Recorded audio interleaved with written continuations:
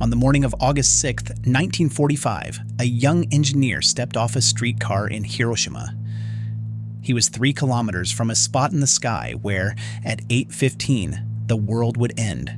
He was not supposed to survive it, and in 3 days, he would have to survive it again.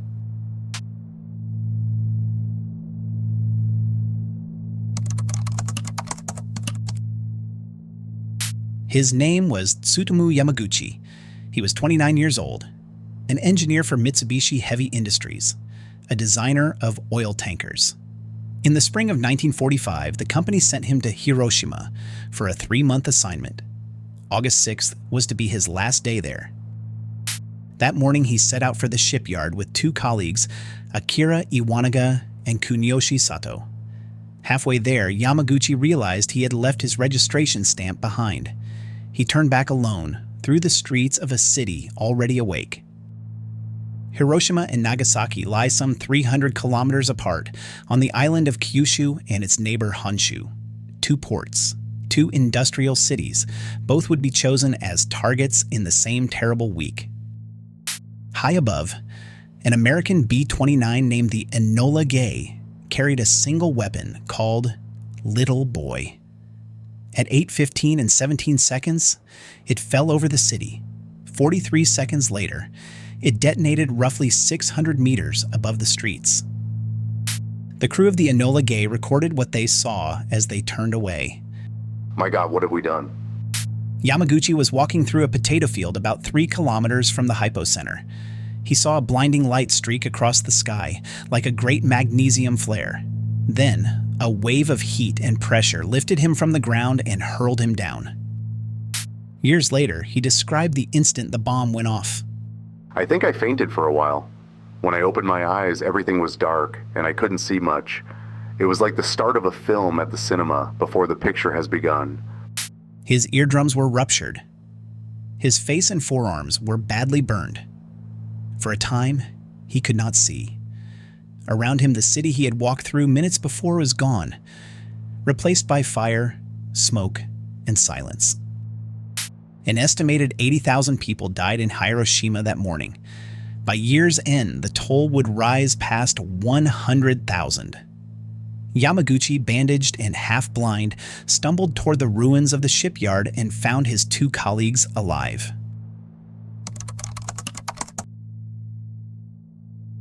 The 3 men spent the night in an air raid shelter. In the morning, they crossed a wrecked city to reach the train station. Astonishingly, some trains were still running. Yamaguchi boarded one bound for home, for Nagasaki. The journey ran the length of Kyushu, south and west, away from one doomed city toward another. Yamaguchi believed he was traveling to safety. He was traveling toward the second bomb. He reached Nagasaki and went to a hospital, where a former classmate, now a doctor, treated his burns. His face was so swollen and wrapped that his own mother barely recognized him. His wife, Hisako, and their infant son had survived. Far away in the United States, the president announced what had happened. 16 hours ago, an American airplane dropped 1 bomb on Hiroshima, an important Japanese army base. That bomb had more power than 20,000 tons of TNT. On the morning of August 9th, still bandaged, Yamaguchi went into work. His supervisor demanded a report. When Yamaguchi described how a single bomb had destroyed all of Hiroshima, the older man told him he was mad. No one weapon could do such a thing. Yamaguchi remembered the moment his story was called a lie. He told me I was crazy, that 1 bomb could not destroy a whole city. I was trying to convince him when the room filled with the same white light. At 11:02 that morning, the second bomb, called Fat Man, detonated over Nagasaki. Once again, Yamaguchi was about 3 kilometers from the hypocenter. Once again, a searing flash tore through the office. The glass exploded. He was thrown to the floor. For the second time in 3 days, he stood beneath the same rising cloud. His fresh bandages were blown away. His burns were reopened, but he was alive. Nearly 40,000 people died in Nagasaki that instant, and tens of thousands more in the months that followed. Yamaguchi walked out of the rubble a second time. 2 hypocenters, 3 days apart. In each city, the same distance separated Yamaguchi from the center of the blast. 3 kilometers, close enough to be wounded, far enough to live.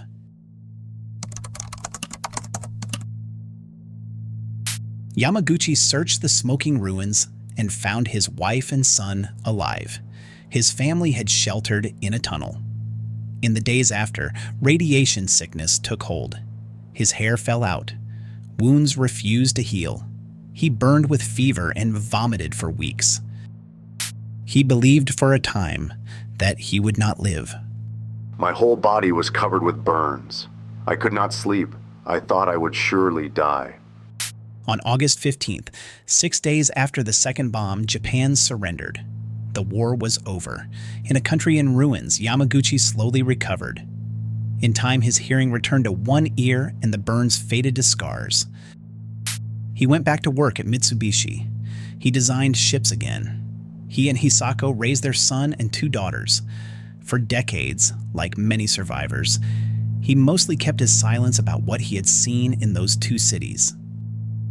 The survivors of the bombings had a name in Japan: hibakusha. They carried lasting illness and often quiet shame and discrimination. Yamaguchi belonged to a rarer group still, the Niju hibakusha, those who had endured both attacks. Historians estimate that as many as 165 people may have been present at both Hiroshima and Nagasaki, but only one would ever be officially recognized by the Japanese government as a survivor of both blasts.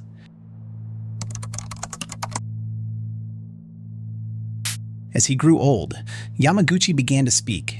He wrote poetry, gave interviews, and told his story to anyone who would listen.